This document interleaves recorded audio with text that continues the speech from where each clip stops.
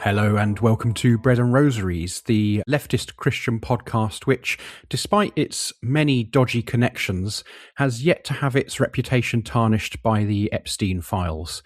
I'm Adam Spears and I'm just the only host for tonight. Ben's not with us, Johnny's not with us, but I am joined by the dodgiest of connections, Chris Howson. How are you doing, Chris? Very kind of you to say so. I'm doing very well. Very tired after another long day. I don't know what the weather's like in where you are in Bristol, but here Terrible. it's been awful. And Yeah. yet again, one of my jobs is to take people on well-being walks once a week, which is lovely. Normally, I love it. Doing it about 6 years, and I love it. The last 4 weeks, every Thursday, it has just been wet and horrid. And taking people and trying to pretend that it's for their well-being and dragging them through the mud is a disaster. Today, I skipped the walk and took people to some free museums in Durham. The Oriental Museum, if you remember it from your time there, and the New Story, which is the story of Durham. And so we got away with it today. But every week it's been relentless rain, and I'm getting sick of it. Let's sort it out. God, come on.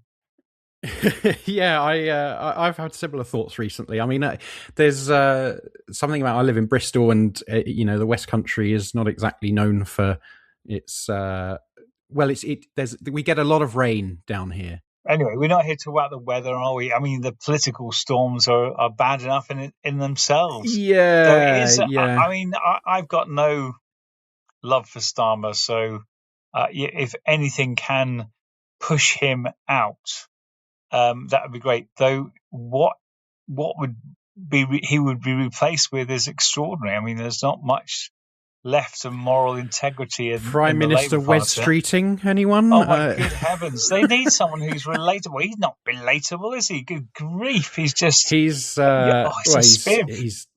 he's a massive neoliberal. It's just dreadful. So they need a real change of direction. Fascinating watching them stop Andy Burnham get in as a chance, as a replacement for Starmer. Fascinating to watch all that nastiness. But it's not working, is it? I mean, this man, Starmer, has no way of communicating with the British people. Given his due, I've never known anyone with the ability to make everyone from the far left to the far right hate him as much as he does. It's been quite a remarkable achievement. And now everyone in the middle hates him as well. So, I mean, it's just Labour are sleepwalking into oblivion if they don't do something about Keir Starmer. I think they might have already got there, to be honest. Andy Burnham isn't perfect by any means at all, but he is relatable. He could talk to people. I still think that despite very strange rental and tax things, Angela Rayner would be a better Prime Minister. Just again, she can talk to people and not talk down to people, and people, I think, will relate to her a bit more. So it's interesting to see where the Labour Party go, but I'm not optimistic for it. And you're down in Bristol, so you can see the growth of the Greens, but I'm not convinced they're going to be able to stem the right wing tide that we've got at the moment. So, in fact, they won't be able to. Let's not kid ourselves at all. But at the moment, at least there's some form of credible opposition, but yet to be tested properly in the electoral marketplace. And it is a marketplace, sadly. Yeah, very sadly. Yeah, no,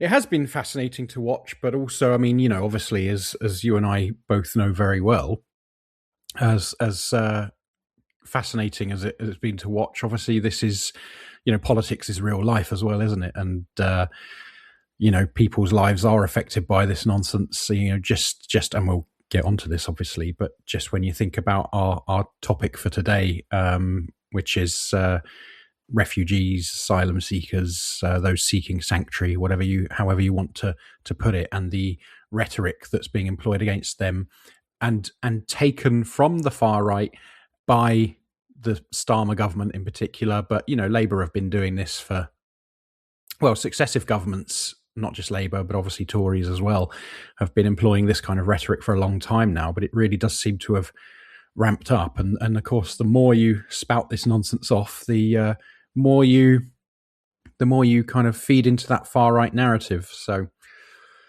yeah.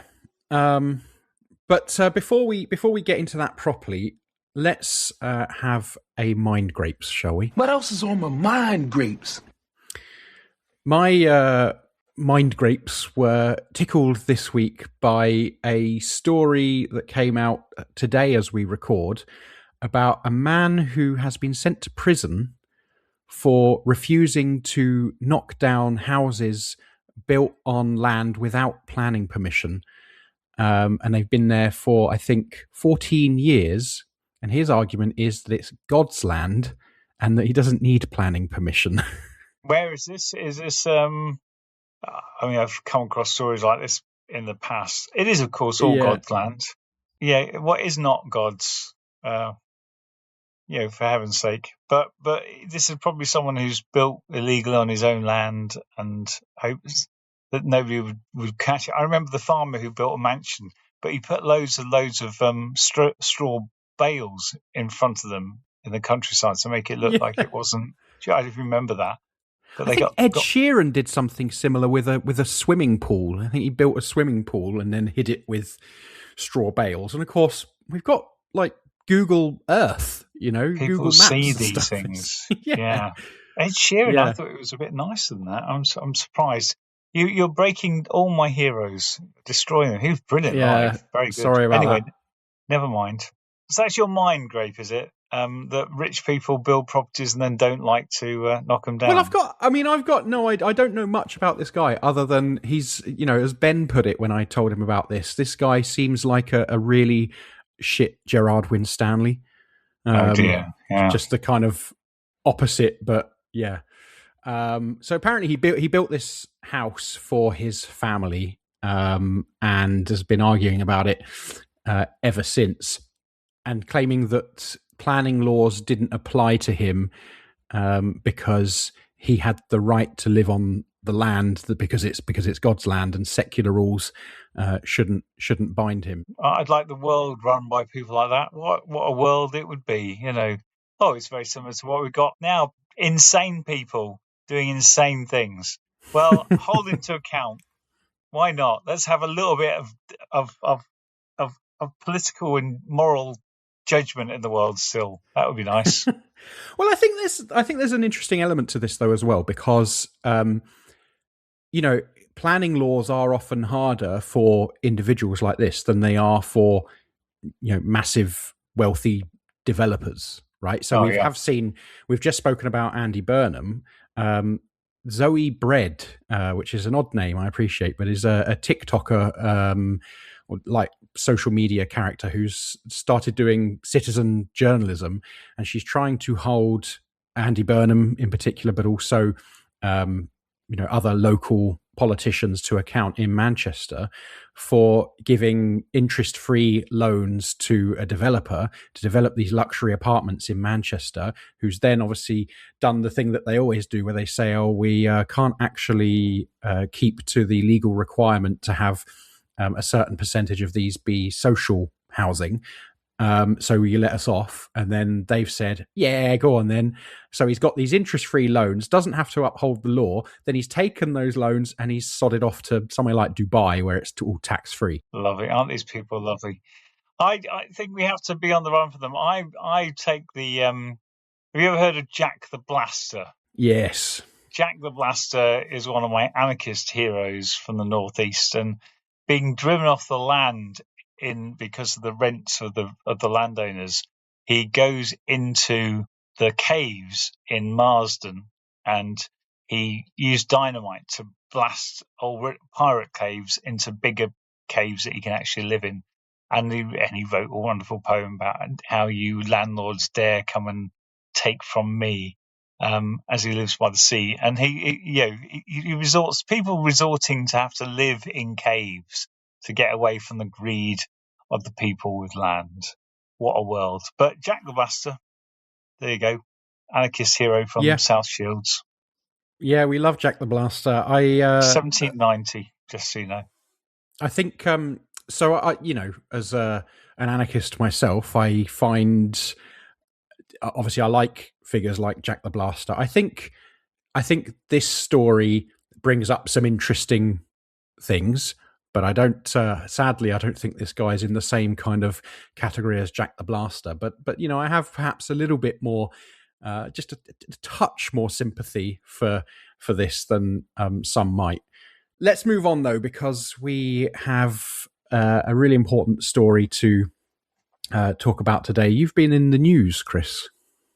I was a little bit in the news, yeah. And I don't know how much I was in the news, but I mean, apparently I was on TV as well as being on the radio, even though I didn't do anything but record something over the telephone. But basically, I saw a leaflet from Reform that was had gone to various parts of where I live in Sunderland, which had this incredible figure of way over 1,000 asylum seekers in the area, even though we just got just over 800.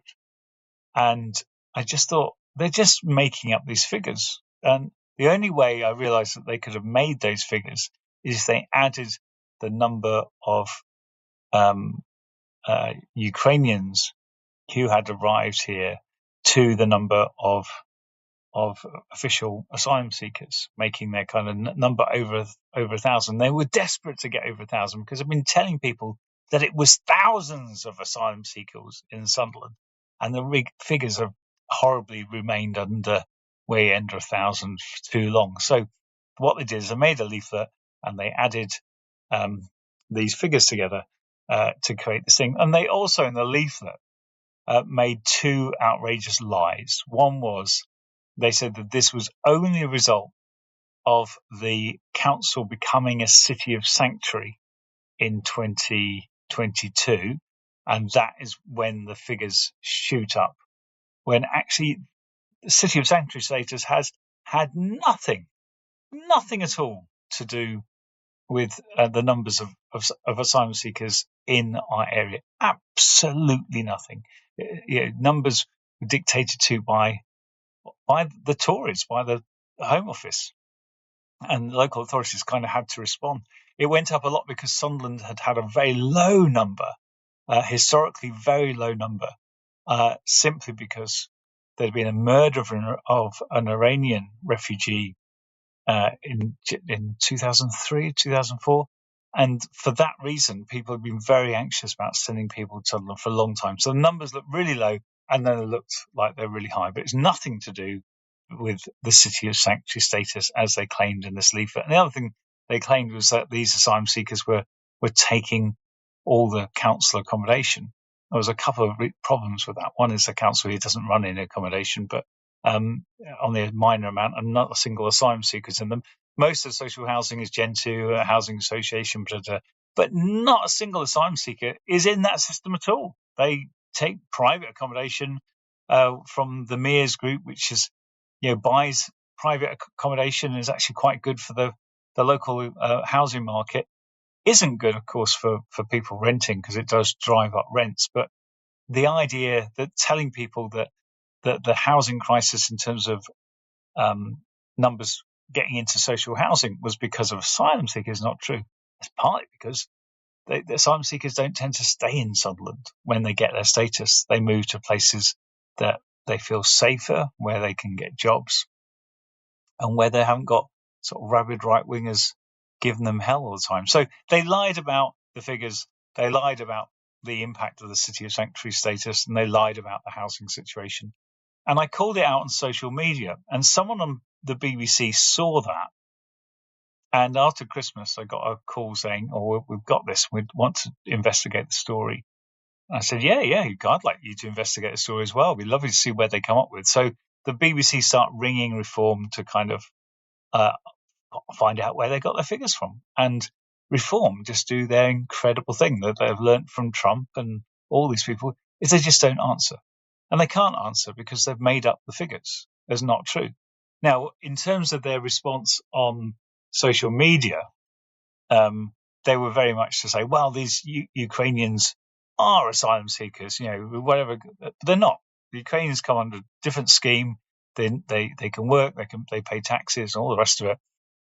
It's just not true. But they've got an obsession with Ukraine because Reform have got some sort of weird thing going on with Putin, which means they're kind of on the side of Russia and not the Ukrainians, which is just the most oddest thing to see. Anyway, so the BBC put it out there, and unfortunately, they put a horrible picture of me on the media stuff because they'd asked for a picture of me, and I sent them a picture of me smiling at the Kelpies in Scotland. I'd just been on holiday there. It was a lovely picture, and they contacted me the day before and said, "We can't put that out. It's far too happy. You need to look unhappier." So I had a picture of myself holding a "Refugees Welcome Here" banner and looking sort of suitably angry, frustrated, and they cut out the sign and just had my head looking odd. But obviously Reform and all the right-wing groups use that image, and their title for me in the local media was "Commie Clergy Crank Crying." And they suggest I was crying about the situation, "Commie Crank Clergy." So that's my new nickname, CCC. I like alliteration, so I don't mind it. And I can be very cranky in the morning, and I actually am a bit of a commie, so they nailed it.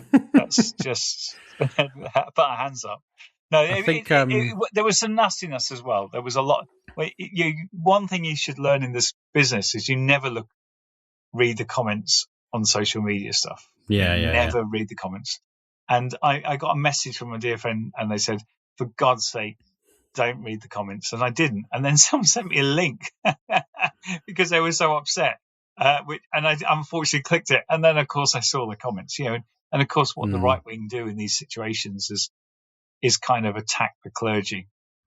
And it's all stuff. So saying, there was stuff saying, "Oh, he's on in it for the refugee rent boys that he's got in his vicarage, and check his laptop," all that kind of attack on the clergy. That's their favourite one at the moment. Yeah, they're obsessed with it, So, but it was horrible stuff. And anyone reading it would be upset. I mean, I try not to be worried, but a couple of the sites did publish my face and where I work from and stuff like that on. And some of these people are scary people. These are really scary people. And when you go into town, and as I do, and we'll go into local pubs to watch, Sunderland beat Burnley 3-0. I get a nervousness about what I'm going to encounter in the pubs and who's going to be there. So it was really unpleasant. And I had lots of lovely people from around the nation, people who saw it and saw the story and said, "Yeah, well done for standing up to Reform. And if you need a bit of a headspace, come and stay with us in the south or whatever." People who offered me little retreats, and that was lovely. But I kept on saying, well, this is uncomfortable and not fun putting your head above the parapet. But it is nothing compared to the lives of my black students, international students, who are daily telling me about, horrible incidents in the street, and, stuff being shouted at them and people not serving them in shops. I mean, just horrendous stuff, and nothing compared to what our refugees and asylum seekers have to deal with day in, day out, because of the nastiness that Reform are generating. And they're evil and vile. And up here, I think people have been saying, well, they're going to get in. They're going to sweep to power in the May elections. So we've got to work out how to deal with them. Well, first of all, we need to oppose them before all that and expose the lies and the hatred and the nastiness, and say, do you really, really want to have your local authority here in a big city, lots of people with vulnerabilities? Do you want it run by these people? And if you do, then you have to take some responsibility for your vote. And I think we need to say that and nail it. And it's uncomfortable and frightening because these people are frightening. But we've got to do something. Yeah, I mean, one of the things that sort of comes to mind is that we are not dealing with people primarily who are thinking things through logically. Obviously there's this liberal kind of idea of the free marketplace of ideas. These people are beyond that. Once you get to that kind of place, you can't reason with these people. Well, they're not all like that, and it's a big smorgasbord of people, isn't it? They're not all rabid. Well, I mean, not all Reform voters, no, but some of the leadership of Reform are Yeah. really tied into far right thinking and far right ideology. There are links between Nazi Party of far right sympathizers, and Farage is not Hitler. He's you can't go that far, but he's allowed some pretty scary people to be part of his party, and I think we have a right to be alarmed because of the proof of it. I mean, the things that they say, what they want to do. I mean, here in Sunderland, their big mantra in our city is that the day they get into power, they scrap the City of Sanctuary status of the council. The City of Sanctuary status, which is simply, if you look at the wording of it, is that anyone who is forced to come here because of persecution, fleeing war, and desperate situation, we as people of Sunderland should find ways of welcoming them and showing hospitality. That's all the City of Sanctuary is about, from individuals to companies to local authorities to schools, is trying to find a way to make people feel safe, so that everyone feels safe. And they don't want that. They want people to be persecuted. People who've gone through torture, escaped from wars, they want them to be persecuted more. And that's rather despicable. But I don't like the fact they lie. That's even worse. They just lie. And we've seen too many. I mean, people like Trump, people who lie and exaggerate and big themselves up. They're all in positions of power, and we have to really seriously think about what sort of world we're about to inherit. Europe is crumbling, and the liberal democracies are really struggling and being replaced by strong man, strong person leadership. And we are about to inherit a very scary world. I think it can't say the darkest time in history because of what happened with the rise of fascism in the 30s and 40s, but certainly a very scary place for those of us as we grow up who believe that things were going to get better, that we're going to become more caring, more compassionate, more the hope of a liberal society. All that is exposed. We've got some real dangers ahead, and I think the churches have to nail their colours to the mast about what sort of if we believe in the kingdom of God, then that means we really have to stand up to stuff that's the antithesis of that. That was a long introduction to the story. I don't know if you had any questions there, but I just went right for it all the way. I think that's good, because there's plenty we can talk about there. And one of the things I wanted to talk about, you talked about the City of Sanctuary and what that's about. I guess my question for those listening is, what does that look like in practice? What kinds of things are people in Sunderland doing to really make Sunderland a City of Sanctuary?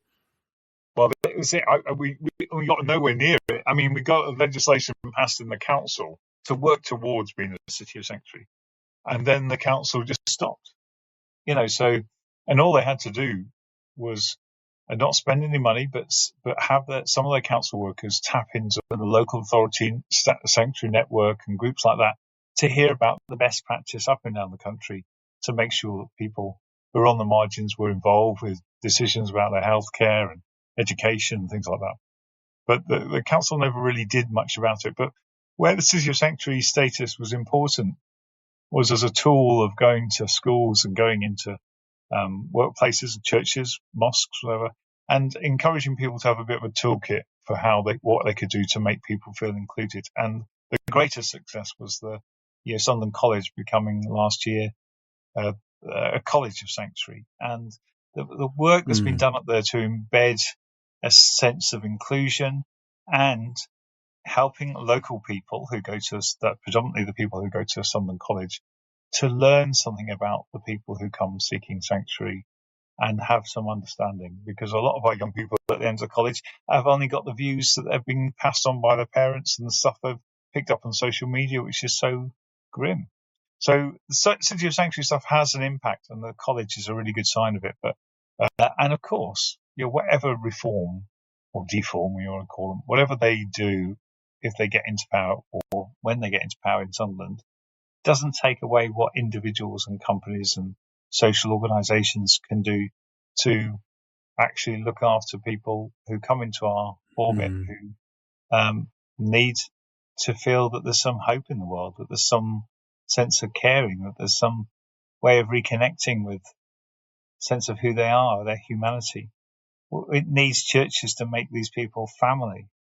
And whatever local authority say or do, it doesn't change that we need to have cities and towns and villages that are places where people feel safe. I mean, one of the things I'm thinking about is, the sort of Thatcherite neoliberalism that we've had for the last 40 years or more, 50 years almost, I suppose, is something that erodes community, right? It destroys community, and community is so core to how you welcome people, but how people are grafted into into local communities. You have to have that sense of community before you can do that. But then the more I think about that, the more I think, well, yeah, I think that's true. But actually, it's not like we didn't have racists and fascists and xenophobes and so on before that. So, 0.28% of the population of Sunderland doesn't sound like an invasion to me. Oh, you've done your figures. Yeah, it's almost half what it could be. I mean, it's a very low number. But there is a sense of that these people I'm saying reform people, and are onto some sort of truth when it comes to communities. They're looking for some sort of sense of some sort of defence of what they see as their own community, which in the economic stagnation following Brexit and pandemic, the fact that we're 8% poorer than we would have been because we left the EU, means that people particularly in the fringes of the UK, places like the Northeast, are a damn sight poorer, and they're struggling, and they're looking for something. What reform has done is challenge their anger towards other people, but their anger really should be about super rich who've made us so. It has put us in such a precarious position economically, particularly with leaving the EU. But they into community. It's why all the flags are everywhere. The flags are kind of saying, this is our community, this is who we are. Though, of course, the flags are only put up by a tiny percentage of people. Most people don't take them down because they're frightened, because they know that some of the people who put them up are complete thugs. Though a lot of people kind of like it. I have to say, there's one thing about this terrible weather, is the flags hang down and are very easy just to pull off. If you want to get rid of those flags and you think, so hard, and I need equipment, I need a clipper, I need to go up and cut those cable ties, how am I going to do all that? You don't need to have much of that. If you can just jump up and grab a flag, it will come off in your hands. And I though some people say, it's not really important, and still they're the flags of England, whatever. No, they are markers. They are reform saying this territory is ours. And for our sanctuary seekers and our international students, they know that to go into areas where there's flags everywhere is danger. It's maybe that's a good thing. Maybe there should be these warning signs that saying you are entering into a fuckwit area where some people are racist twats. So maybe the flags are a good warning to people. Excuse the language. I really lost it there, but it's so frustrating. It's terrible. I'm sorry. I apologise for swearing. I really, we would never have swearing on this podcast. Good. No, I don't really. No, genuinely, I don't like to swear. But this whole thing has made me so angry because you go through parts of our region and it's just awash with these flags, and they are no-go areas. How can that have happened? How can we have using a flag which shouldn't really have been an offensive thing? There's nothing wrong, I think, with the English flag or the British flag. I don't find it offensive, but the fact it's been used as a weapon and to mark territory is terrifying. It's awful. So in the wet weather, they hang loose, jump up, grab it in your fist, it will come off in your hand. Top tip. My top tip, yeah. Yeah. I mean, talk to us, I guess, about it's not a nice subject, but I'm, assuming it's pretty accurate to say that you've noticed a shift in the general atmosphere locally. I mean, because obviously there's always been, in Sunderland as everywhere, but in Sunderland, I think especially at times, it's a place where the far right are known to organise quite a lot, right? Yeah, they've had their defeats, but they have always bounced back. And that's Yeah. all to do with economics, all to the Yeah. poverty in the region and the vulnerability that people have to ideas of the far right. It's down to poor education, or education systems are slipping in the northeast. It's a whole range of things. But we've seen throughout the 60s and then the 70s the growth of the National Front and then the BNP, little waves in Sunderland of the far right getting a bit of an inroad. And where they really took off was the Brexit. That became the big sort of moment, and there was a just huge wave of it released so much racism. I can't remember if you were around in the days of the Justice for Chelsea campaign and the sort of lying campaigns around asylum seekers and rape and things like that. And this was relentless, and they were doing really, really well until pandemic.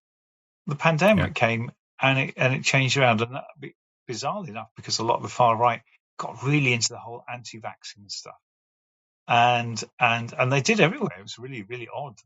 In Sunderland, that fell really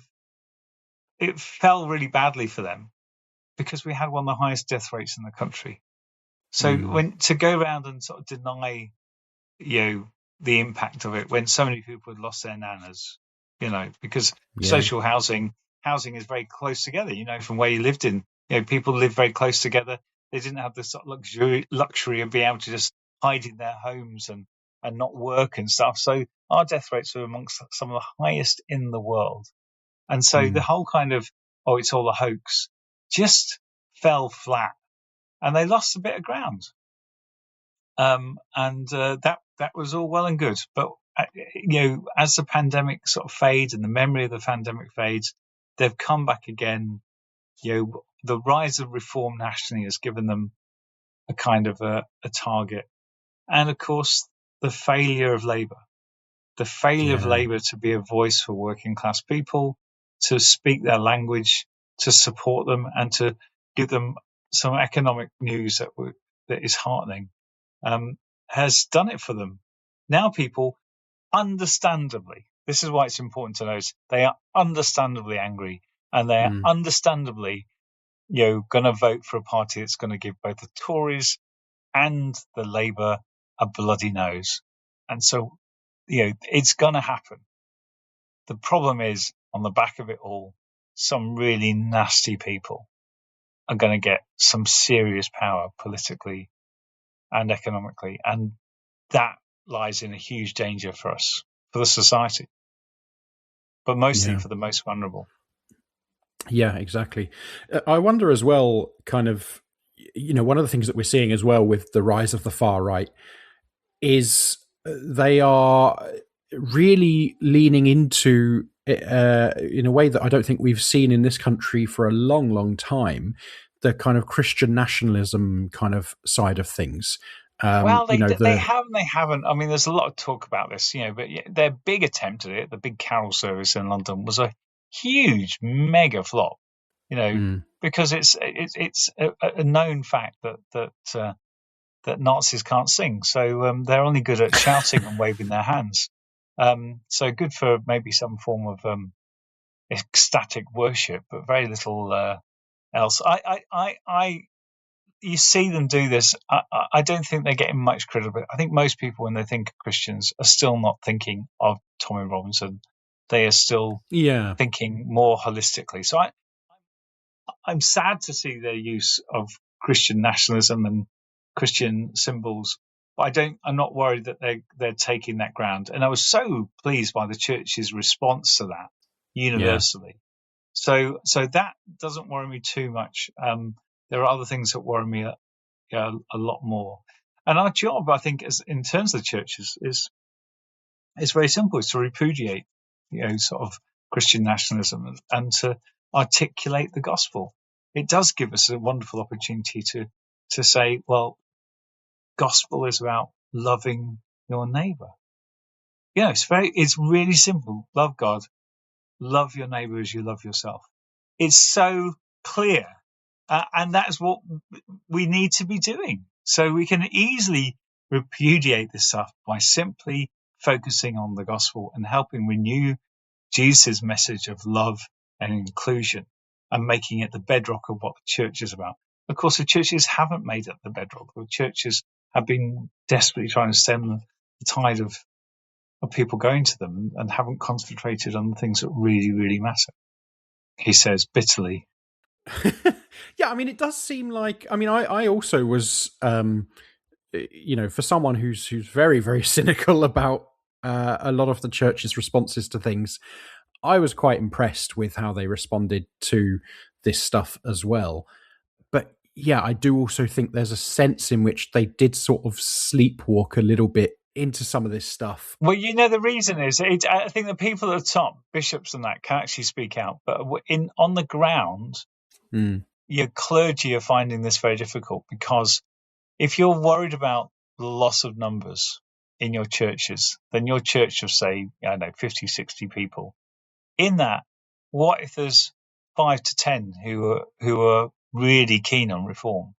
Do you speak about the reform in the gospel on the Sunday? No, you don't, because you're going to lose maybe 4 or 5 families. Maybe 20% of your congregation might stop coming to your church. So that makes you kind of more wishy-washy about what you say, and you don't get as critical of these people as we need to be, because you're worried about losing numbers in your church. That's where it is a bit easier for bishops and people at the top to do it than it is, I think, for your local parish folk. I've heard this. We've had this conversation with parishioners, with the churches in our area. They're in this difficult position of not wanting to alienate people who come to their churches. Wow. Jesus had the same problem. Jesus was like, well, I'm really worried about losing people, so I'm going to be not critical of the Romans or the Herodians. And John the Baptist was the same. He was like, well, I've got to be really careful here. You don't want to lose your head over anything, do you? So I'm not going to speak out about this brood of vipers. I think, biblically, unfortunately, Jesus, John the Baptist, the prophets, the tradition says, sadly, there's a point when you have to speak out, even at huge risk, at sacrificial risk, because ultimately you're about building a kingdom of goodness, and that means you cannot just turn a blind eye to when people are being victimized or when they're being persecuted, and you have to stand up against it. Yeah, but it's easy for me to say that. I'm a chaplain at university. I'm not sitting in the congregation. And interestingly, when I did actually preach about this in one church, I preached at St. Peter's, and I didn't preach about the whole thing. I was just, on the same day, I was going up to a demonstration that Tommy Robinson was in, and I mentioned it and said, got to pray for everyone there. And someone wouldn't go up to take the Eucharist from me. And someone told me about this. I went and spoke to them. They wouldn't even shake my hand. They wouldn't accept. I was really I'm really sorry you can't take the Eucharist from me. Please, but they wouldn't. They said, I would never take communion from you. Tommy Robinson speaks for us. This is what this woman said. She was probably in her late 60s, early 70s. Tommy Robinson speaks for us. How dare you criticize him? Extraordinary. So that was just one incident that happened in the church I went into. And imagine being the vicar in that place and having to deal with folk like that. I've got it easy being a university chaplain. I mean, the thing is, so much of this stems from the fact, that numbers have become important because the national church has decided that numbers are important. You have to count people in, and report on how many people are coming to church. And I think, I'm not necessarily saying that that's a bad thing. I think it depends your reasons for doing it. But I want more people at churches. There's nothing wrong with encouraging more people to go to church and get a genuine spiritual, sort of encounter with the living Christ. I want far more people in our churches. But what I'm not prepared is to water down what the Gospels are about in order to get that. Because what's the point then? What's the point?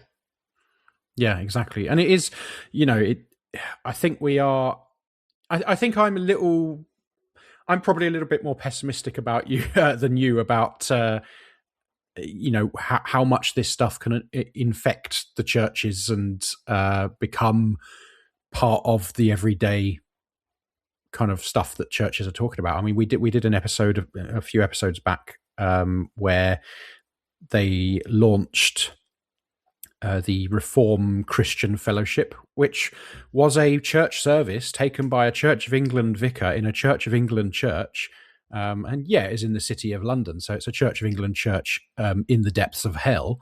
But nonetheless, it was still a C of E service in a C of E church by a C of E vicar. And that seemed to be fairly normalized. And I think, there was a time where, you still can't become a vicar if you're a member of the BNP. And my question, I guess, is at what point do we look at other far-right parties and start naming them specifically?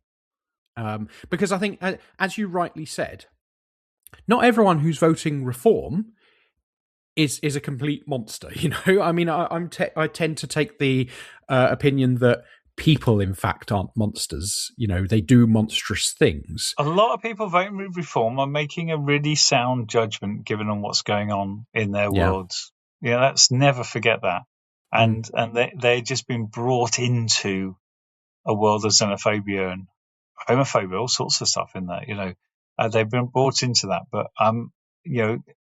we can't demonize the voters. But this is the thing about our churches, is that how can you not have a conversation with them when they may get 33% of the vote? These are very tricky times. I think the Church of England did stop having Reform use their church house, didn't they? That was one thing that was interesting. Oh, is that right? Yeah, I didn't know that. There was a lot of criticism about them using church house. They loved using it, and having it as where they did. Yeah. But I think that's stopped. I mean, that's good. If only they'd do the same for the arms fair, that would be good as well. I don't know. There's a whole range of stuff about the arms fair stuff, but these people are scary, and it's not just Reform who are scary.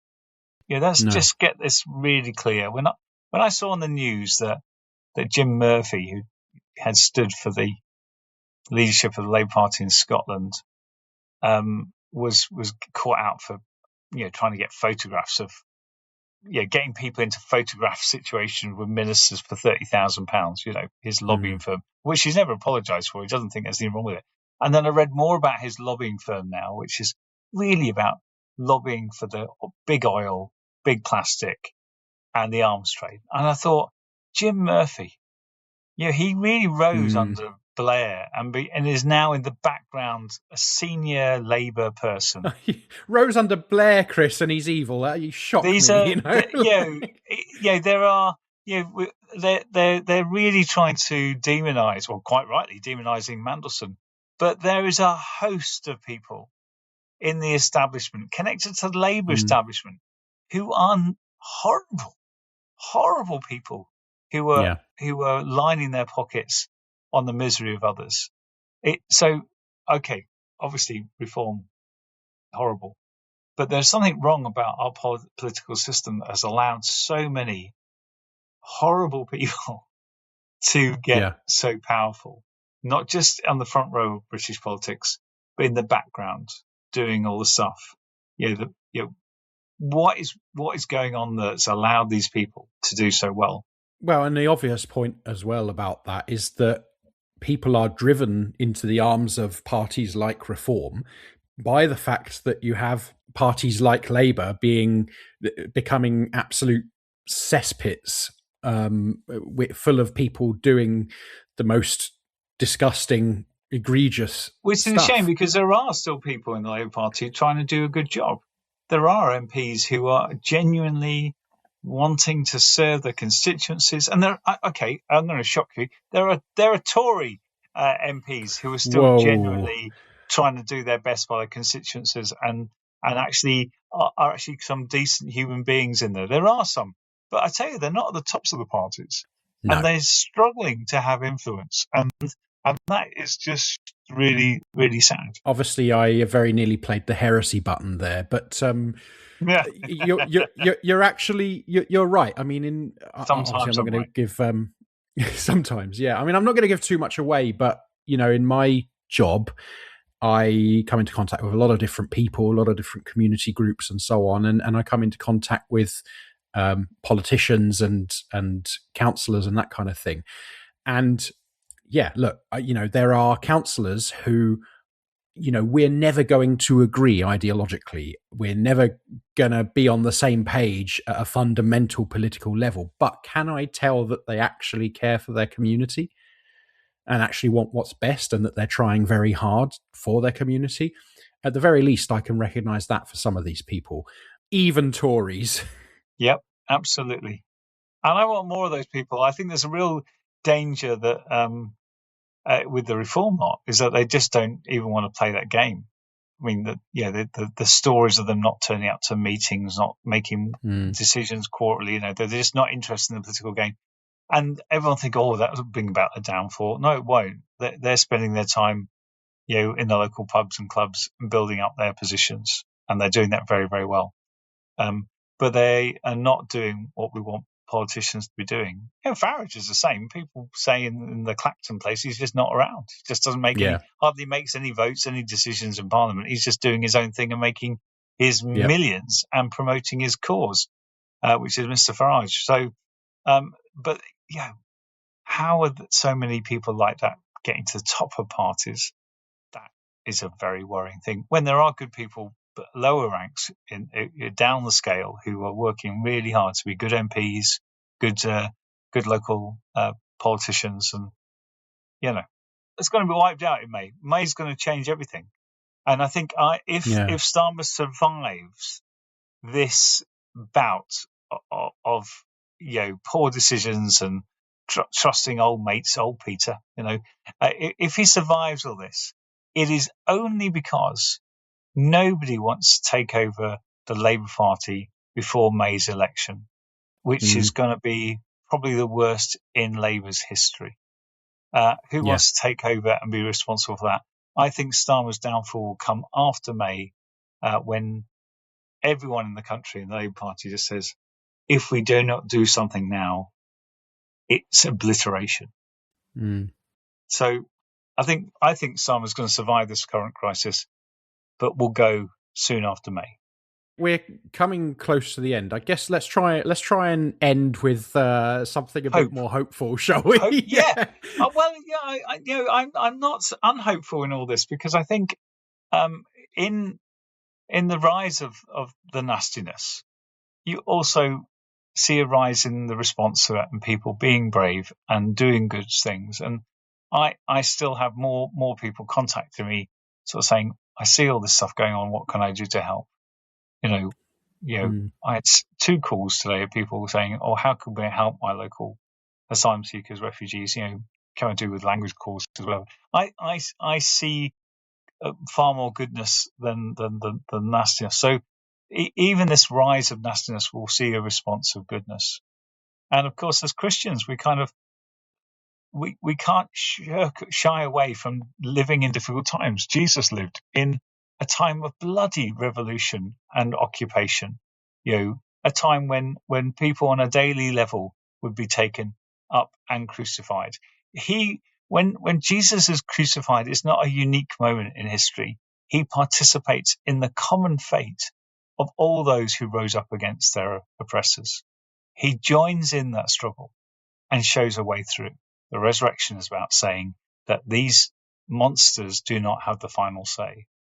And Jesus does all what Jesus does in a time far worse and far more brutal and far more full of economic disparities than we are doing now. So if Jesus can do it, then we follow his example and we carry on. I think that's a good place to end it. Chris, thank you so much for coming on, and obviously solidarity with you and everyone in Sunderland doing the Lord's work. We'll win in the end. If anyone wants to see what you're up to, maybe see some of the work that you're doing, is there somewhere they can find you, or I mean, you might not want to give that kind of information away given what's been going on recently. Yeah, I keep skipping Facebook. I'm still old enough to still use Facebook. Boomer book, Chris. Boomer book, I think. Boomer book. And I love it. And I've got 5,000 friends on there, and I periodically cull a few people off just to let nice new people in. But it's full of good people doing good stuff. That's a good way to communicate with me. But of course, there's our Facebook pages, but they're mostly aimed at the students and the people I'm working with. People can come to Sunderland and see it for themselves, and we're going to be trying to resurrect the Liberation Theology Gathering, probably at the end of October, focusing perhaps on liberation theology in the far right. What's our response to it? So I'm just in preliminary talks with Simon, who came up with the idea, Simon Hill, bless him. And if we decide on a date in that end of October, beginning of November, and so people can come up and meet us and share some lively discussions and hopefully go away enthused, or at least supported. Yeah, and I'd absolutely recommend doing that. I'm excited about that potential revival of the Liberation Theology Gathering. If that happens, everyone should definitely try and make time and space to do that. I presume, will there be potentially online involvement as well?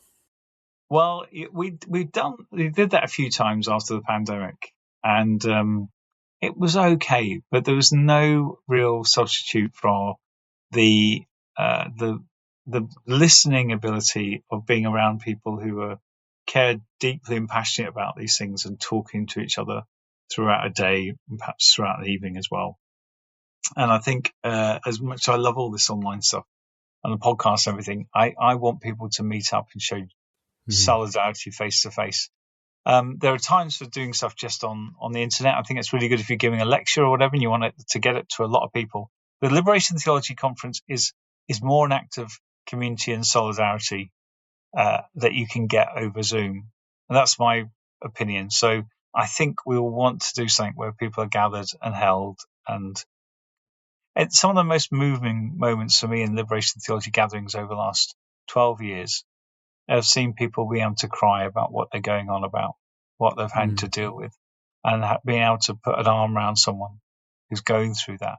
You can't do that online. And I want there to be spaces where there's real solidarity, because these are difficult times. They require really strong, compassionate and Christian responses.